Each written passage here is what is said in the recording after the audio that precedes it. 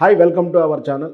వాహనదారులకు, ఇంధన వినియోగదారులకు ఒక శుభవార్త అని చెప్పవచ్చు. ఈ దేశ వినియోగదారులకు అది కేంద్రంలో ఉన్న భారతీయ జనతా పార్టీ గారి ప్రభుత్వం పెట్రోలు, డీజిల్ మీద సుమారు 8 నుంచి 9 రూపాయల వరకు ధరలు తగ్గించే యోచనలో ఉన్నట్టు సమాచారం అందుతుంది.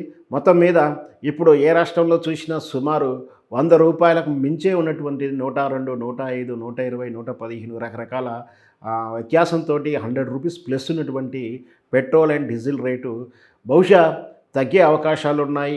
ఇదంతా కూడా ఏమిటి, ఎందుకు మరి మార్కెట్లో ముడిసరుకు అయినటువంటి పెట్రోల్ ముడిసరుకులు ఏమైనా తగ్గాయా, మార్కెట్ సప్లైదారులు ఏమైనా రేటు తగ్గించారా అంటే అలా అది ఏమీ లేకుండా మరి ఎందుకు తగ్గుతున్నాయంటే, చిన్న పిల్లాడిని అడిగినా చెప్పొచ్చు, రాబోయే పార్లమెంట్ ఎన్నికలు త్వరలో 3 నెలల్లో ఉన్నందువలన ఎన్నికల దృష్ట్యా ప్రభుత్వానికి వ్యతిరేకత ఏర్పడినటువంటి ఈ పెట్రోల్ డీజిల్ ధరని దాన్ని కాస్త ప్రజల్ని చల్లబరుస్తానికి ఈ ధరలు తగ్గించే యోచనలో నరేంద్ర మోడీ ఉన్నట్టు తెలుస్తుంది.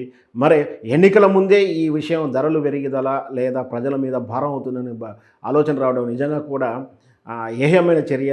ఇన్నాళ్ళు ప్రజల నుంచి దోపిడీ చేసినటువంటి ఈ అధిక రుసుము మరి ఇన్నాళ్ళు ఏం చేశారు, వాటికి ఏ విధంగా దుర్వినియోగం చేశారు, ఎటు పెట్టారనేది వాళ్ళే సమాధానం చెప్పాలి.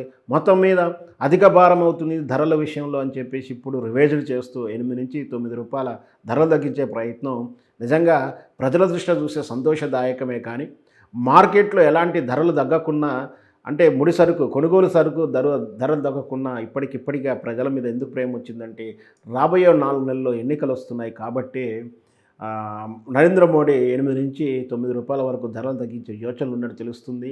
అయితే ఏ విధంగా ధరలు తగ్గించినప్పటికీ ప్రజలకు 3-4 నెలలు అయితే ఒక 8 నుంచి 9 రూపాయలు తగ్గడం సంతోషకరమే. చూద్దాం మరి పెట్రోల్ ధరల పెరుగుదల వల్ల అధికంగా పెరిగినటువంటి రవాణా ఛార్జీలు కానీ, కూరగాయల ధరలు కానీ తగ్గొస్తాయా లేదా అదే ధరల మీద ఉంటాయా?